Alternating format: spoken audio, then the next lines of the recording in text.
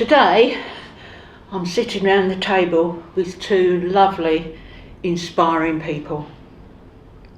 I'd like to introduce you to Andy Burnham, our Manchester Mayor. Many people will know Andy. He's involved in many projects within the 10 Manchester regions. And today we will be focusing on dementia.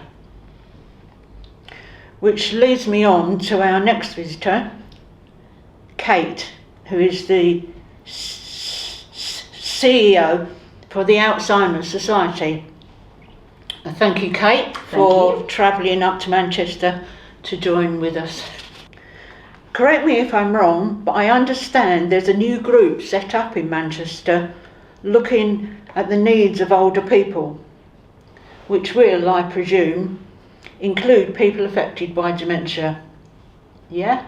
It's absolutely right, Joy. It's our Greater Manchester age-friendly team. So they just work right outside my office here, actually. And they do brilliant work working with our 10 councils.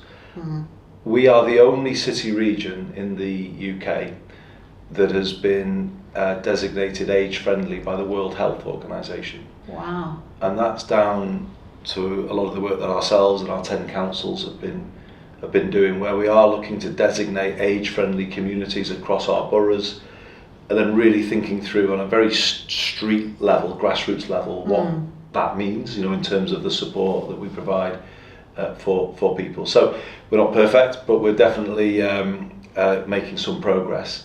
And it does include supporting people with dementia, of course. Obviously, what we're trying to do is work to support people in different ways. And one idea that's coming through quite strongly now, particularly as the health service changes in Greater Manchester, because we're moving towards an integrated system, as other parts of the country are, where health and social care are working more closely together.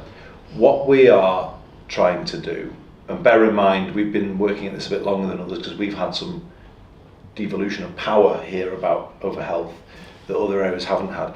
We're looking to create a live well service in all of our communities, where the health service and councils come together to provide everyday support, if you like, somewhere to go, people to talk to, some work around walks that people can do together, a whole range of different ways of supporting people from day to day. So that's something that will only grow in the rest of this year.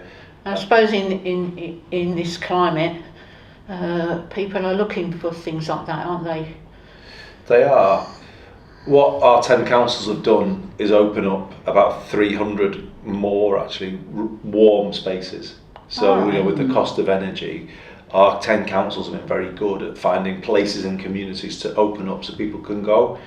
And this is kind of bringing through this idea of a live well scheme, because rather than just having a room where people sit in, no, we're doing more than that. They're trying to put on certain events and activities and information sessions for people, so when they're there in the space they can learn a bit more and find out more. And the thing about dementia and Alzheimer's is, of course, that I know this.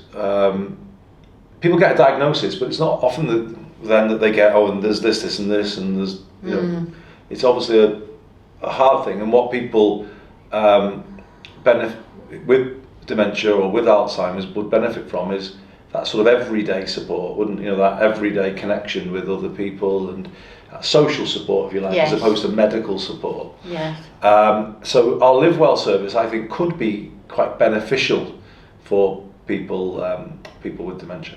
I think the other thing for me, from Alzheimer's Society perspective, is I think the Living Well agenda that we've been talking about there is incredibly important. But what we hear time and time again is it's hard to focus on living well when your dementia journey is out of control. When you've got family members who are carers who can't access respite because you haven't got that coordination you're talking about, Andy, between health and social care. So you've got a loved one deteriorate in hospital with no way of getting them out, or you can't get a diagnosis, or you can't access social care, you can't afford social care. We've got families phoning our support line now who are choosing between heating, eating and social care, Yeah. where they're funding that. You know, and it's quite hard to focus on the living well agenda when some of for those sure. basics of the dementia, you know, are just so broken and so complex that families are lurching from one crisis Yeah. to the next. And I think, you know, credit to Manchester, some of the work you've been doing at the forefront of integrating health and social care is fantastic. You've retained some of the highest diagnosis rates in the country here, and you got back to your pre-COVID levels, I think, faster than anywhere else in the country for diagnosis.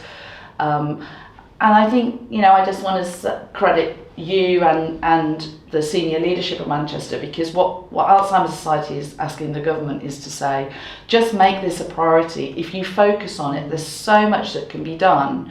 Show some leadership in this area, and I think, to be fair to you and your teams across both health and social care, you've really done that, and credit to you. I think Manchester really leads the way in showing what can be done when you put that focus on this area.